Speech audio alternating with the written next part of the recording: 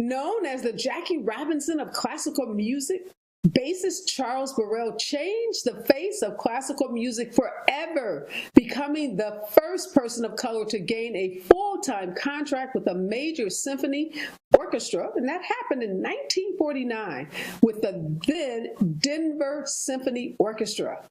Charles played with luminaries such as Billie Holiday, Earl Gardner, Ella Fitzgerald, Sarah Vaughan, Benny Goodman, and even Duke Ellington. Charles Burrell's incredible life and career is now the subject of a documentary entitled The Longest Walk, and it's executive produced by my good friends Phil and Tanya Hart. They join me coming up next. Live from Los Angeles, this is the Special Report with Areva Martin. Tanya Hart is a documentarian with a long list of Hollywood credits. She is an Emmy Award-winning talk show host, radio show host, red carpet host, journalist, and she's a filmmaker. She's married to the wonderful Phil Hart, who is a veteran author, educator, civic leader, filmmaker, and developer. Phil is also an authority on African-American aviators. Good morning, Phil and Tanya, and thank you so much for joining me. Oh, our pleasure. You know, we love you dearly. Well, I think people must know that because we have on the same color, and it wasn't planned. There must be some connection thing going on that we woke up and both decided to wear a vibrant purple. I know. But let's jump into this incredible new documentary that you guys have made, The Longest Walk. And I have to be honest, I did not know about Charles Burrell. Help me understand how that can be, Phil, that someone like myself who's well-read, who prides myself on knowing my jazz musicians, hadn't heard a lot about Charles Burrell. You probably know that Jackie Robinson broke the color line in baseball in 1947 when he joined the Brooklyn Dodgers. And it was 2 years later, 1949, that Charlie Burrell signed a contract with the Denver Symphony Orchestra. He plays the upright bass. He was born in Toledo, Ohio in 1920, and he's still alive. He soon will be 102 years old. His family then moved to Detroit. He went to the famous Cass Tech High School, where he learned to play upright bass. After high school, he joined the service, and then eventually moved to Denver, where some of his family members lived. Coincidentally, his mother's name was Denverado, and he moved to Denver to be with family members. And Charlie has been around, obviously, a long time, both as a classical upright bass player and a jazz upright bass player. Like you said, he played with some of the jazz greats.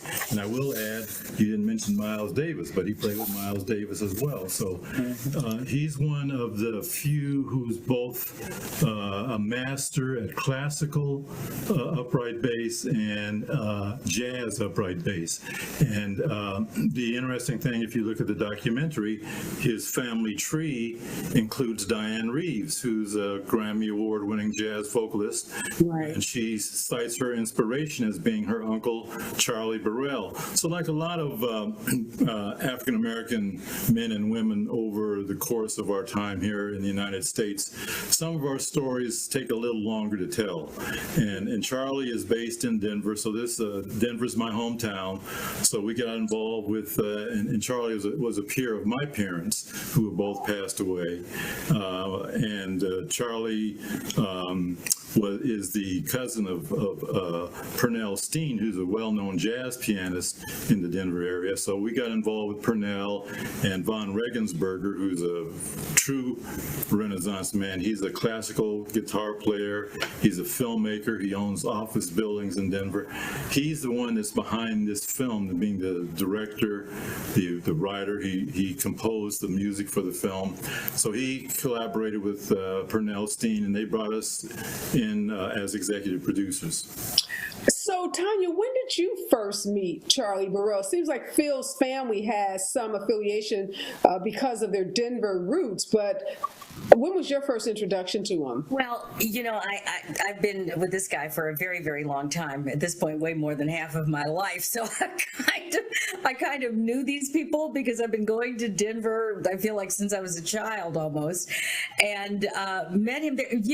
When Phil's parents were alive, we used to go visit, and we would go to the symphony. And it was one of the things they liked to do. We'd go to the symphony, we'd go to plays. And so that was the first time I actually saw him. And that was a very, very long time ago. I mean, we were really young then ourselves. So, and then of course Pernell Steen, who's in the documentary and very much involved in this. And I have to say, these guys are still on tour. Just so you know, I don't think Charlie was with them on this one, but Pernell, who's not far behind Charlie, I'm thinking they're in Europe as we speak on tour. Yeah, they're in.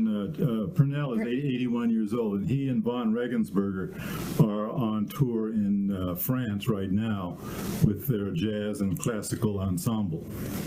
Wow. So, and with Charlie on the phone with them, telling them what to do and what to play, I'm so sure. So that's when I first met them, a long time. We're probably talking the 70s, the early 70s. And didn't meet Pernell until later on, but it's such a great story. I think the thing that really people will be interested in is, Phil is from Denver. He was born and raised there a long, long time ago. But people still ask us, or they always say, we didn't know Black people lived in Denver. Yeah. I'm not sure why that is. I mean, they've had a Black mayor, long before everybody else. And so it's really one of those stories. In Denver's 5 Points, which is where a lot of this took place, it's like that Black neighborhood in every city where the culture happened. And the culture's been happening, and it's still happening in 5 Points. And it's been going on close to 100 years now in that same little enclave. But finally getting its due in terms of people telling stories about it. And this is one of those major stories. Yeah, and I'm so glad to hear you say that, Tanya, because there is this myth somehow that Black people don't live in Denver or never lived in Denver. So when you tell the story of Charles Burrell, you're also telling the story of Blacks in Denver. I want to ask you, Phil, though, about classical music. I interviewed a man, his name is Brendan Slocum. He's written this blockbuster book called The Violin Conspiracy, and he is a classically trained violinist. And a part of this book is fiction, but a lot of it's his personal experiences. And he talks in the book, in an interview, about how difficult it was as a Black man breaking into classical music. No one expected him to be able to play classical music, be a violinist. Is that a part of Charlie's story as well, being a classically trained bass player? Did he experience the kind of racism and barriers that, according to Brendan, was quite rampant for all Blacks who were trying to break into classical music? Oh yeah, that's part of the story that Charlie tells, but it's a story of persistence and overcoming odds. Stories that we all know well in terms of people, whether it's classical musician or whatever career that they're pursuing, that we face in this country.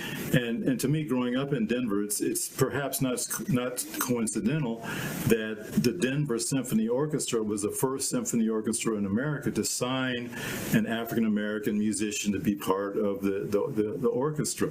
Denver is always been viewed as kind of a progressive city in terms of race relations, even though there's a strong history of the Ku Klux Klan being in Denver, just like throughout the United States. But I look at the question of Charlie Burrell and his evolution. Diane Reeves went to George Washington High School. I went to East Denver High School. Wellington Webb, the first Black mayor of Denver, is in this film.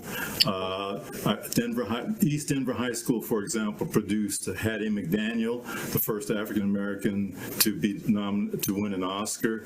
Don Cheadle, Pam Grier, Philip Bailey from Earth, Wind and Fire, and Larry Dunn John from Earth, Wind and Fire. And in 2016, for example, when Pernell Steen, who Tanya mentioned, who's also an East Denver High School graduate, was inducted into the East Denver High School Hall of Fame, along with my younger brother, Chris Hart. Another inductee was Larry Dunn, who was one of the founding members of Earth, Wind and Fire, who played keyboard. And so I have a photo of, after the ceremony ended, Larry Dunn, who's a Earth, Wind and Fire pianist, Pernell Steen, jazz pianist. They were jamming together on the pianos in the corner of the room. I have a photo of them together, and it's like, to me, Denver has such a strong representation of Black people. Wow, such a Black excellence coming out of that one high school. Oh yeah, Don Cheadle. Don't forget Don Cheadle also went to that high school, as well as Robert Smith. Robert F. Smith, the billionaire. Like billionaire. Yeah, he went to the same high school. He went to the same high school. So there's something in the water in Denver. We need to send more Black people to Denver. Oh my God, that's incredible. Let me ask you this, Phil. So you know this rich history. You're growing up in Denver. You're part of this high school. Tell us something interesting that you learned about Charlie in the making of this documentary that you didn't already know. Probably his the extent of his the people that he mentored. Ray Brown, the late jazz bassist, because we talk about who he played with, but it's like, who did he mentor, and who followed him? So Ray Brown, Diane Reeves, other people that I wasn't aware of, because I knew Charlie because he, like I said, he was a peer of my parents, and my mother was a songwriter and a school teacher, and both my parents, like Tanya said, appreciated music and knew Charlie, and Charlie was part of the local scene. But really, his background, that the Cass Tech High School, because if people are familiar with Detroit, Cass Tech is one of those high schools that has produced stellar people over the years, Black and white, over the years. And so if you look at East Denver High School in Denver, you look at Cass Tech High School in Detroit, is one of those high schools that's produced a panoply of excellence over the years, Black and white people. But Charlie, I'm trying to figure out Charlie's fountain of youth secret. Born in 1920, still alive, and what is keeping him so vibrant to the age of 102? Something must be rooted in his youth and the path that he took, the perseverance that he had, the challenges that he faced and overcame.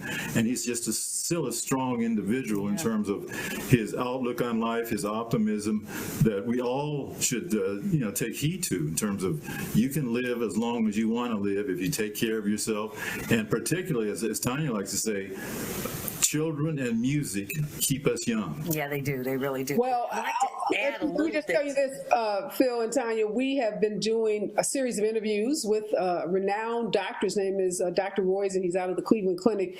And he's out with a new book that says we can all live to be 110, 120 years old. And obviously, Charlie is on his way of doing just that. Let me ask you this, though, Tanya. Charlie Burrell, obviously, incredible history, breaking the color lines in classical music in the way that Jackie Robinson did in sports.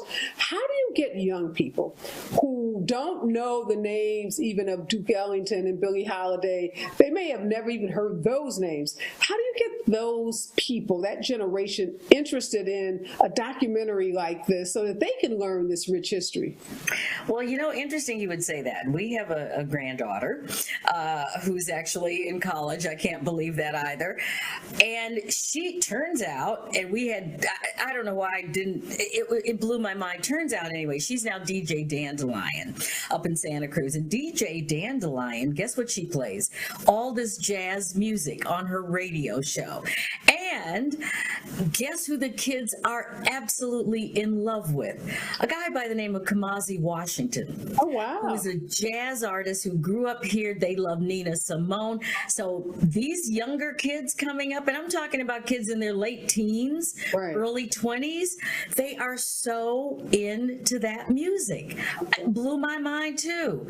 But when Chloe went on the air with this, I'm like, where did this come from? And she did say, well, I used to ride around in the car with you and Papo, and you all were playing at a jazz station all the time. So she was exposed to it. She was exposed to it. Okay. So I say that because I had no idea, though. I knew she was exposed, but I had no idea that so many people in her age group are listening to people like Kamasi Washington, who was a saxophonist and incredible. And he's, all over LA and all over the jazz scene. He's like, and I think Kamasi's he may be 40 by now.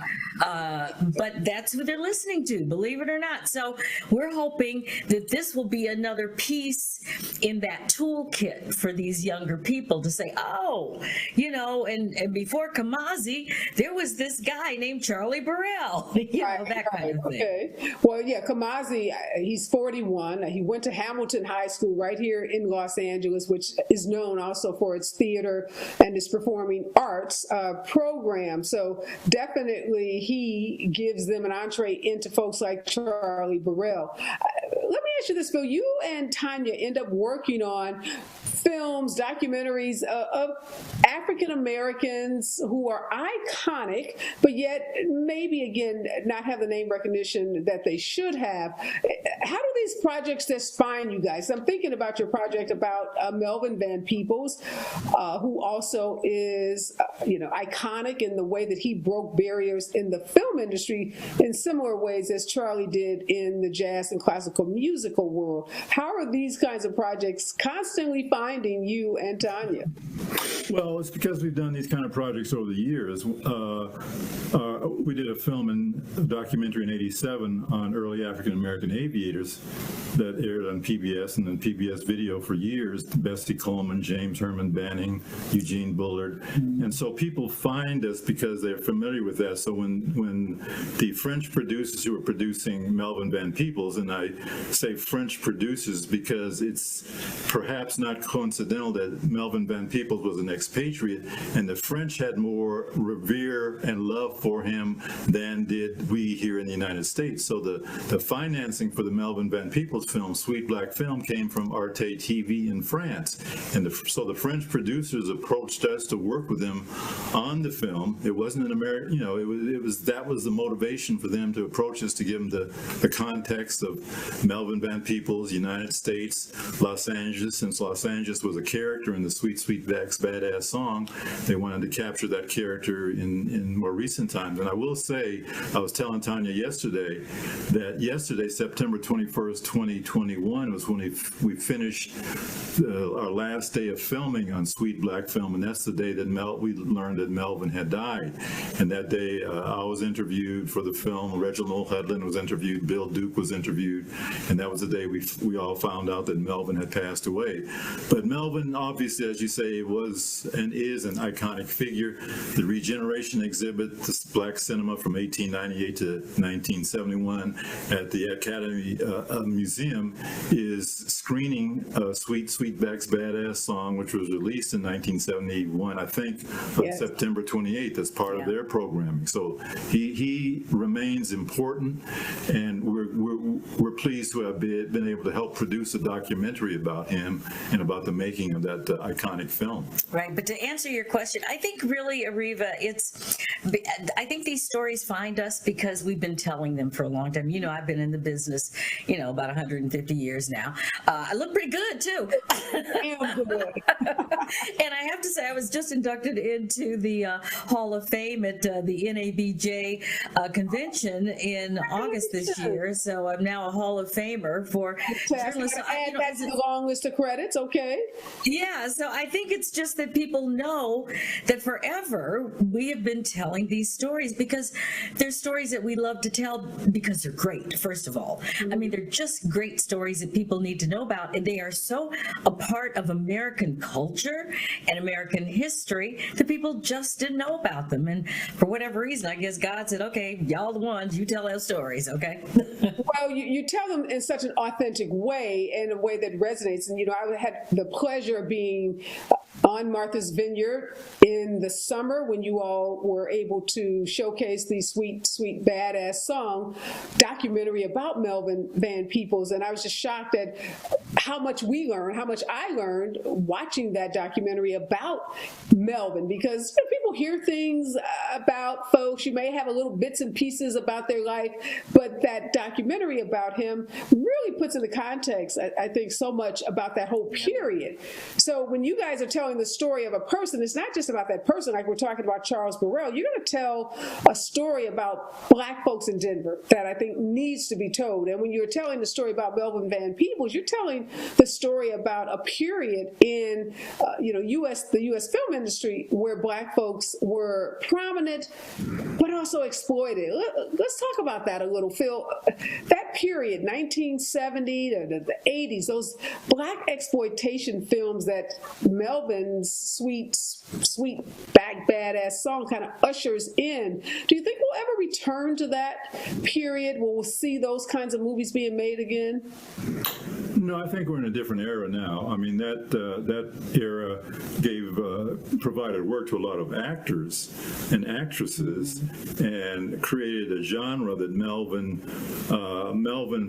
was not supportive of, because he felt the films were exploitative and not as political as he would like to have seen them, as he was trying to do in Sweet, Sweet Badass Song.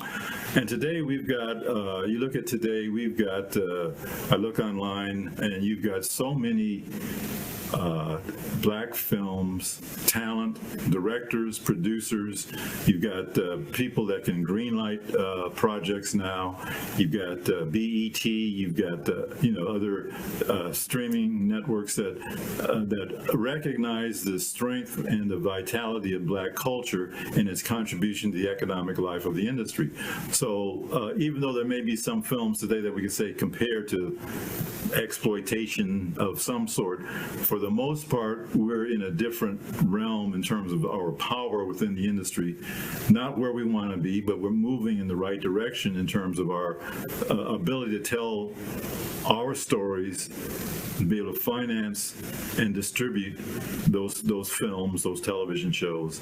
So it's a little different era. The thing to keep in mind, too, with the Blaxploitation era is that those films saved the studios, because the studios were in the red. When they looked at Melvin's, Melvin produced a film for $150,000. 6 months later, he was a distributor. He had $15 million in his pocket. They said, we can make cheap films and make a lot of money. That took them out of the red and took them into the black. But it opened the door for a lot of Black talent to participate in the movie industry. So given that, Tanya, that Melvin's film and others that came after opened the door for Black filmmakers and directors and talent, are you surprised that when Viola Davis's epic The Woman King opened, that opened to a box office, the first week box office of 19 million, and people are saying, hey, that's fantastic, that's great for a Black-led female movie, but if you think back to what Phil just said, we're 30, 40 years post that number, should that number have been a lot higher? Yes, actually, the number should have been a lot higher, I think. First of all, bravo to Miss Viola Davis, okay? And that entire crew. We did go to see it. There was a group of us, actually, last, I guess, Thursday, that everybody says, okay, we got to get out there today and really support this film. So first of all, there were a lot of people that felt that same way. And even if they didn't get there, they just bought tickets, so that number would go up. I think it was on 3,600 screens, which was great because they don't usually give us that many screens. That's the other thing people don't know about the business.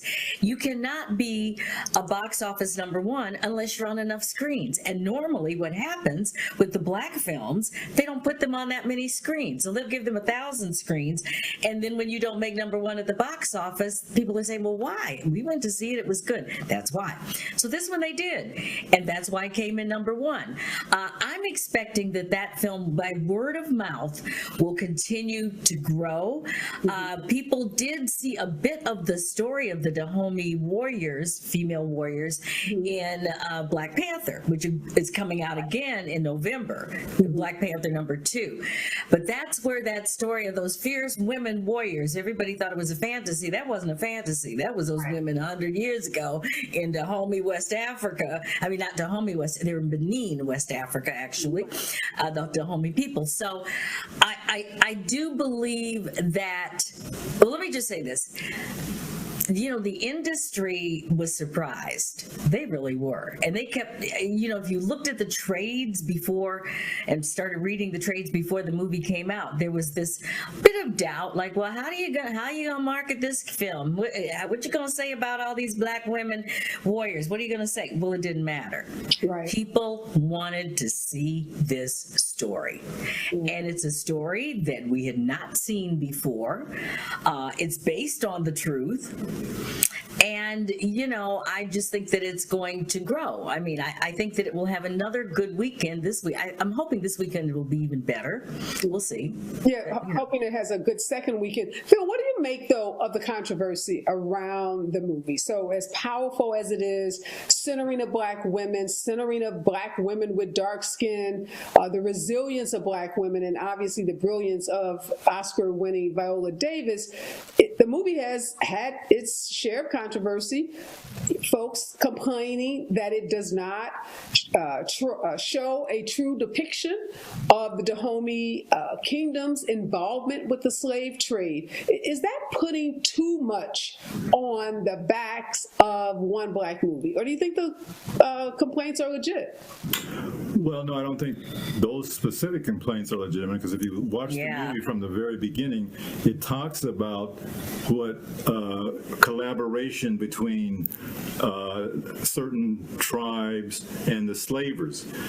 Keep in mind that some of the tribes were rivals, and if you capture one of your rival and a slaver comes along and says, I'll offer you X amount for that person, you'll sell that person. We did a documentary with BET in 1990 called Dark Passages. We shot it in West Africa. And in Benin. That was one of the places. Senegal, the Gambia. And one of the things that people talk about was the collaboration. And so what you see in The Woman King is collaboration between tribes, like the Oye tribe, who captured the Dahomey. They sold them to the slavers and made a lot of money from them. The John Boyingo, who played the king of the Dahomey tribe, they were looking at alternative ways to bolster their economy if they got out of the slave trade, because they were part of that undercurrent of the drama was, we don't want to sell our people anymore, whether they're a part of our tribe or rivals. We don't want to participate. So that theme ran through that whole movie. So I don't quite understand people's criticism of that particular aspect, because it showed clearly that Africans, in some instances, collaborated with the slavers in the slave trade. I think they did not see the movie. If they've seen the movie, that's not even an issue. Well, okay, and I tend to agree with you guys, but I did interview a historian who has dedicated her whole career on studying West Africa. She teaches at Howard University, and she said that the movie is inaccurate because the time period in which the movie takes place puts the king of the Dahomey tribe at a point where he is giving up his involvement with the slave trade. And she said that king was pretty notorious for selling Africans to the enslavers, and that his resistance or his transition, his change, didn't happen until much later. So she says just factually the timeline of the movie doesn't. Oh, yeah. Well, it's a movie. But, it's a movie, and obviously it's fictionalized, but I guess what I'm really getting at is the bigger issue. Are people expecting, do Black movies, because we just don't have as many of them, do they have to carry the weight of everything? Like in this one movie, they are expecting Viola Davis and her husband and her production team and Gina Bythewood Prince to, solve all the issues that Black people are facing. I'm just wondering, as filmmakers, do you ever feel that pressure when you're making a movie, like, oh my God, everybody's going to be expecting this movie to address all the wrongs that have happened to Black folks? No, you can't. Unfortunately, there's not enough time. As everybody knows, the slavery in America lasted, well, over 400 years, and we're still in it. Okay. So all of that being said, there's no way to cover all of the stuff that's happened to us in 400 years. We shouldn't even have to try to do that. I don't ever worry about it, but that's my personality, because I've never worried about what people thought or said about me anyway. That was just me. So, that's not ever a concern. My concern, and it's very different when you're doing a feature film and a documentary. A documentary, yes, you do want to get your facts right and straight, and tell the truth and tell the story as best you can.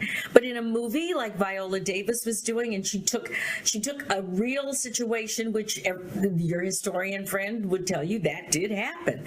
Those female warriors were that. They were all that and a bag of chips, as they used to say. So it didn't happen in that particular time frame. That's okay. It did happen. And, I don't think... The thing about doing a movie of historical characters and things that actually happen, when you're doing a movie, you can alter the time frames, because honestly, when people are sitting there watching that movie, they're not going to be thinking, oh, let's see, I think this was 1853. No, they got that wrong. This was actually 1876. People aren't going to think about that. They're watching the characters, and if the movie's well done, they're listening to the story. My perspective on that. But Phil, do Black filmmakers have a burden? Do they carry a burden as a Black filmmaker that is different than a white filmmaker? Well, yes, we do, in the sense that I think we need to be able to tell our truth from our perspective. So that's our burden. I think if there's any burden, it's just making sure that we tell our truth. And usually what happens when we tell our truth is there's always going to be pushback. That's the problem. It's the pushback we get from other people for telling our truth. And, we can't, there's only so much you can worry about with that. You just have to go on and keep doing what you're doing. Right. Phil, what's changed since, particularly going back to Melvin Van Peebles in 1971? We talked about him ushering in this period of these Black movies that were exploitive in many ways, but a period that saved Hollywood because of how successful these movies were. What has changed for Black filmmakers since that time period? Access to funds to produce films that are more quality films than we had 50 years ago. We have the opportunity to tell our stories, and we have the opportunity for the history professor at Howard to make a point about historical inaccuracy, perhaps, in terms of dates, but not necessarily the story, but the context. Right. So it enables us as the audience and academics to have a healthy debate about what stories are being told, how accurate are they, and then we as the filmmakers, I'm a filmmaker and an academic, we as the filmmakers, are trying, whether we're telling a scripted or a documentary, we want to try to be accurate, but we want to try to tell a story that is compelling. Right. And you understand that there are going to be people who are going to criticize your approach or criticize your accuracy, and you try to still produce a quality product, understanding that it's going to be scrutinized. But we have much more product in the pipeline now, television, streaming, in the theater, and so the critics have a lot to talk about. Yeah, they do. Yeah, and we should say that this movie, Woman King, opened to rave reviews, had like an A+ rating, and was the #1 film for that weekend. So it was a huge success in terms of that, and obviously there's Oscar buzz, not just for Viola, but for some of the supporting characters as well. Also, the Sidney Poitier documentary, Tanya and Phil, was just premiered, I should say. What are some of these other stories that we can expect to see that you all may be working on, or maybe colleagues, great artists, great musicians, great athletes? Who else is in the pipeline that we may see a documentary on? Do you guys have any? Well, it's interesting. I'll let Tanya answer. Interesting kind of footnote. Like I said, yesterday, a year ago, we were shooting the final day of Sweet Black Film, and Reginald Hudlin was one of the people that we interviewed. We had to change his days around because he had to run up to Santa Barbara to meet with Oprah because they were working on the Sydney documentary. Right. And then we were with Reggie this summer at the Martha's Vineyard African American Film Festival, where he showed clips of the Sydney documentary. So that's a very important documentary. I think it's going to be an Oscar-worthy feature documentary film. But like you said, there are a lot of stories. What about Harry Belafonte? What about Frank Robinson, the first black manager? So you look at across various plateaus of life and our participation, there are so many stories that remain to be told. Mm-hmm. And we are working on some of those stories, as you might guess. Okay, tell us. And I'll tell you a little bit. We'll make that break the announcement right here. And you never say too much about these things because it's not really done. But we're working with American Urban Radio Networks, which is the network I've been with for many, many years. And that business under Chesley Maddox Dorsey has just grown.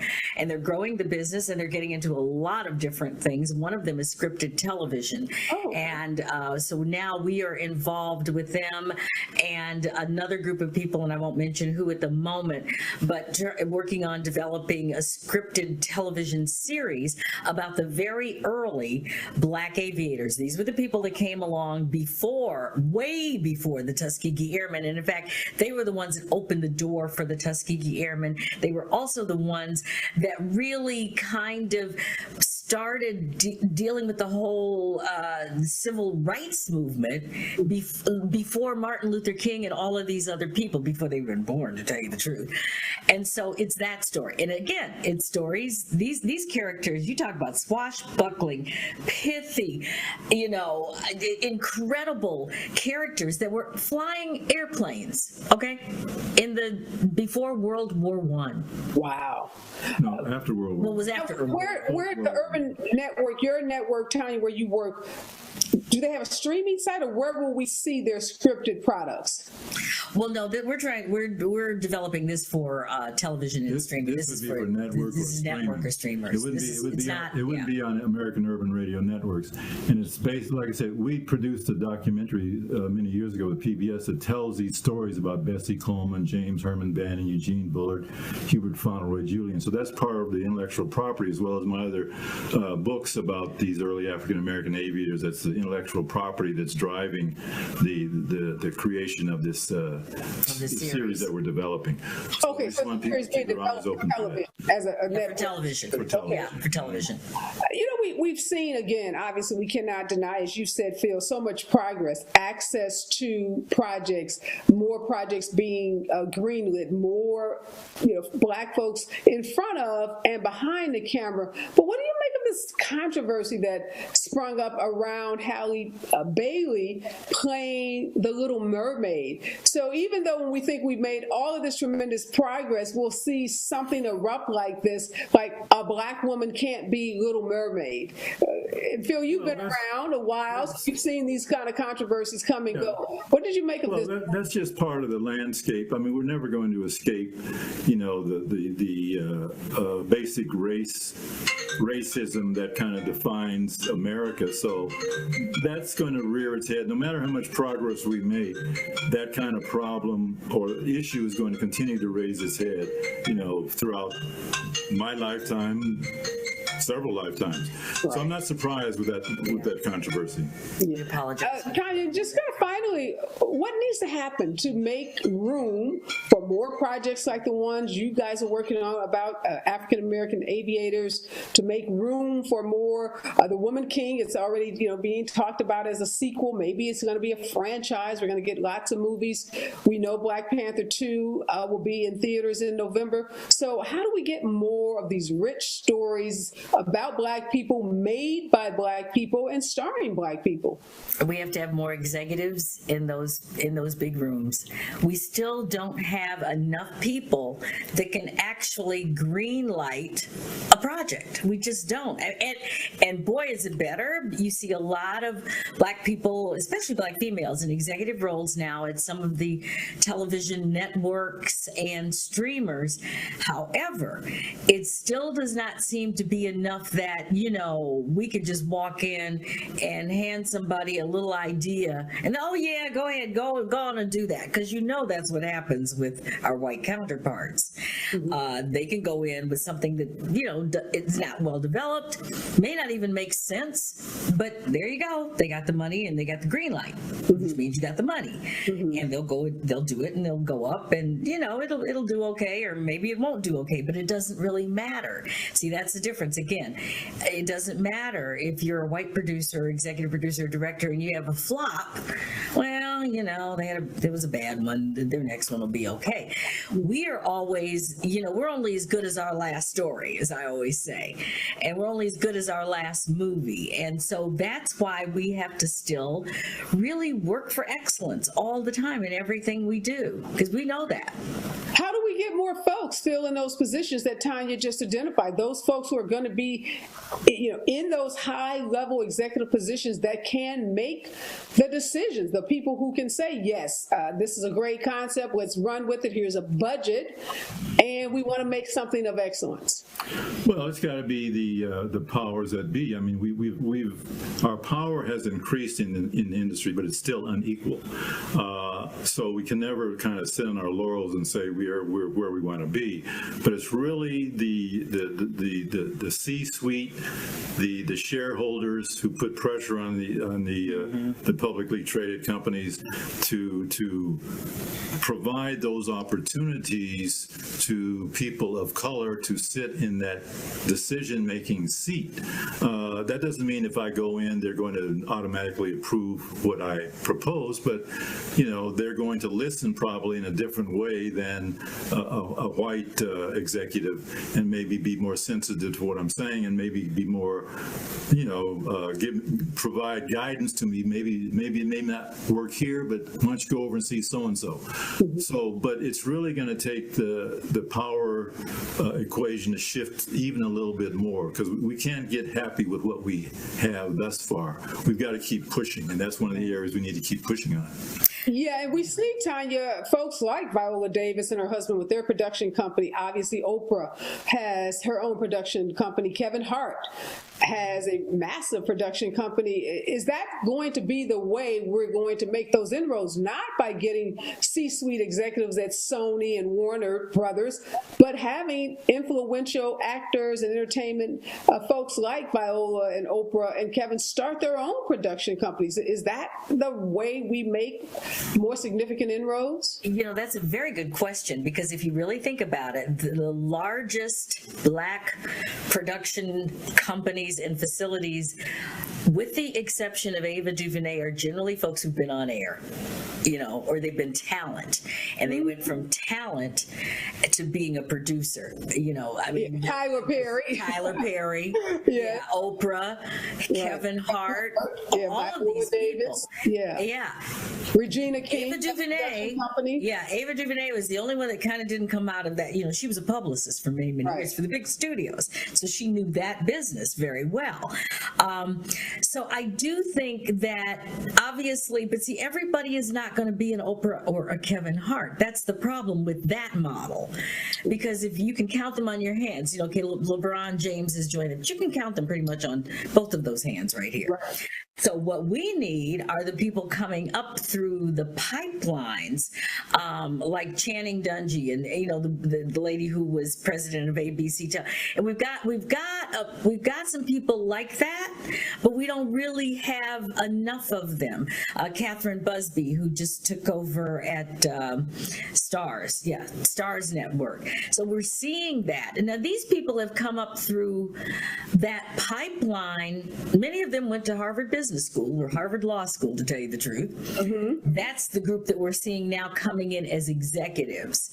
But that's what we need. You know, we need people who didn't come the talent route, because we're not going to get that many people like that. We can get more people that come in from the business schools, you know, or from the marketing schools. Those are the people we need in these positions. You know, you raise a really good point. You know, the UCLA professor that does the annual diversity report on Hollywood, I had a chance to sit down with him a couple months ago, and he talked about all the progress being made and huge percentage increases in talent, Black folks, showing that productions make more money when they have more people of color in them, and that Hollywood got that message. And so we're seeing more Black folks in scripted series across television, and more Black folks in big screen movies, more Black folks writing, directing in those writers' rooms, where also we've been pretty excluded. But he said that one area that has been so resistant to penetration by Black folks has been those C-suites, those executive positions where the real decisions are made about what gets greenlit, how much is afforded to a particular project. He said that has been consistently the one area, you know, now that he's been doing this diversity report over a number of years, where they've seen in some instances maybe even negative growth. So maybe you had one Black president and now you have zero. And he says and then I was like, okay, what do the networks say? Because they have him come in after he does his report, and they go over the report, and they, you know, feel good when the numbers are high. I says, what do they say when you show them the consistently low numbers in the C-suites? He says everybody gets quiet, you know, not a lot of feedback, not a lot of comments, but that is the area where he says they are resisting change. He thinks a lot of it is fear, people losing what they perceive to be their power or having to share their power. And he didn't quite, you know, there was no definitive response as to how we crack open that last kind of old boy network that is controlling the entertainment industry. Well, Darnell Hunt has done a very good job over the years as a UCLA sociology professor. Yeah, I think he just got a big appointment. Didn't he get promoted to chancellor or something? He just got a really big promotion over there at UCLA. But yes, it's Professor Hunt who's done this. It's been phenomenal. I equate, it's not quite a good comparison, but I equate it to the NFL and Black quarterbacks. And now in the NFL, it's Black head coaches. So you look at across industries, and NFL is basically entertainment as well. What makes a good decision maker? Can we trust this person with the power and the dollars? And we saw that lag with Black quarterbacks. Now we're kind of reaching a good point with that. The debate's still going with Black head coaches, and now the debate continues around who should be the decision maker, who controls the power and the dollars at a network or a studio or a streamer. And so it's like, you know, okay, we didn't have Black quarterbacks yesterday, now we got a lot of them. Then one day we're going to say, we didn't have a lot of Black people in the C-suites, now we got a lot of them. Right. Just got so it's time. It's time. And, you know, obviously we have Byron Allen, who, you know, again, started his own company and has done very well. Then you had Bob Johnson and Sheila Johnson, BET. Yes. They're moving to where they are bought a today. big hotel in Washington. So we have some examples, but we know that those examples don't in any way negate the systemic issues that still plague Hollywood. And we don't want to use those examples to say the problem is solved. Just point to Sheila, point to Byron, point to Oprah. No. And that's the trap. And that's the distraction that sometimes, you know, we get off. People try to distract us and make us think that we have arrived in this situation. And we know that systemically this problem is still very much an issue, and we got to stay vigilant about breaking down those barriers. You want to have final comments, Tanya? You wanted to say something? Yeah, speaking of being vigilant, it's going to come down to these young people. And I've got to tell you, you, the people like on the other, they're not the millennials. I forget which generation they're called now. They are not taking they don't take no. You can't tell them no. They feel very entitled. And they're really stepping up. I asked one of them who just recently got a job with a really big company, one of the big animation companies. And she said when they asked her what she wanted to do, her answer was, I want to have the same power as a white man in Hollywood. Shocked the heck out of them. They gave her the job though. And so I'm telling all the young people out there, when they ask you what you want to do, tell them you want to have as much power as a white man in Hollywood. Yeah. And that's the key right there. I think that's a great place to end this interview.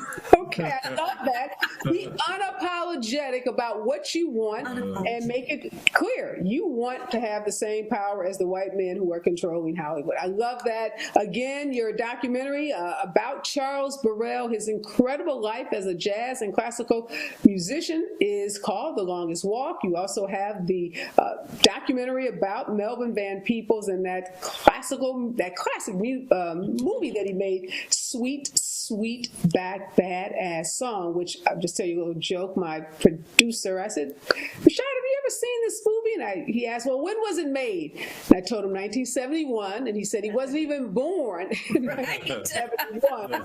So for all those people that weren't born in 1971, that is no excuse as to why you've not seen the movie, because the movie is out there, it's available, and it's just a movie that everyone should see. Good luck to you guys. Just keep making those great stories. Good luck with your aviation, TV scripted project that you're working on, and all the other great projects. Keep telling those stories of Black folks that need to be told, that folks born after 1971 need to learn about.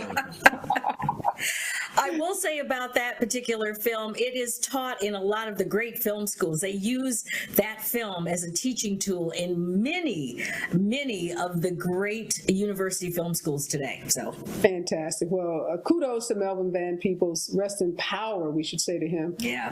Thank him for all the work that he did to open so many doors for folks in Hollywood, particularly people of color. Again, thank you so much, Phil and Tanya. Thank you. Thank you. Thanks for having us.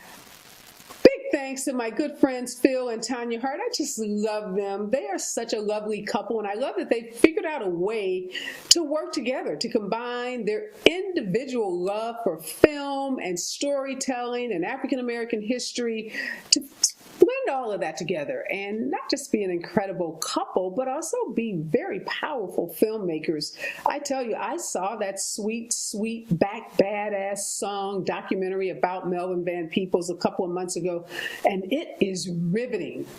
Absolutely, positively riveting. Melvin Van Peebles is a genius. He is incredible. And we're so fortunate because his granddaughter, Maya, actually works for Special Needs Network. And so not only do I get to learn about him from the documentary that Tanya and Phil did, I also get other, tidbits about his life and about his relationship with his son, Mario Van Peebles, and his grandchildren through Maya, who is an absolute lovely young professional. So make sure you check out Tanya and Phil's documentary about Melvin Van Peebles, and definitely their story about Chuck Burrell. Diane Reeves, his niece, who made the song Endangered Species, who wrote it and sang it, that is the song that Cheryl Lee Ralph opened her acceptance speech at the Emmys with. So a lot of folks didn't know that song, but after Cheryl sang that verse of Endangered Species, people, of course, took to Google and started Googling the song and found it. And Diane Reeves later said she was honored to have Cheryl open her Emmy acceptance speech with her song. So there are all of these really cool connections. Cheryl and Diane and Charles and his family in Denver with Phil, and Tanya going to Denver with Phil's family. So wonderful connections, great people doing great things and telling great stories. So again, thanks to my good friend friends. Make sure you find them online. Tanya's everywhere as a red carpet host, radio host, TV host. And make sure you follow them and support their work, because we want more films and movies and documentaries and TV shows about Black people. We have to support the ones that have already been made. My words to live by today are support a Black business. Filmmaker, hair salon, bank, clothing store, caterer, restaurant, whatever it is. If you want more of it, we have to support them. Be safe out there, and remember, we're all in this together.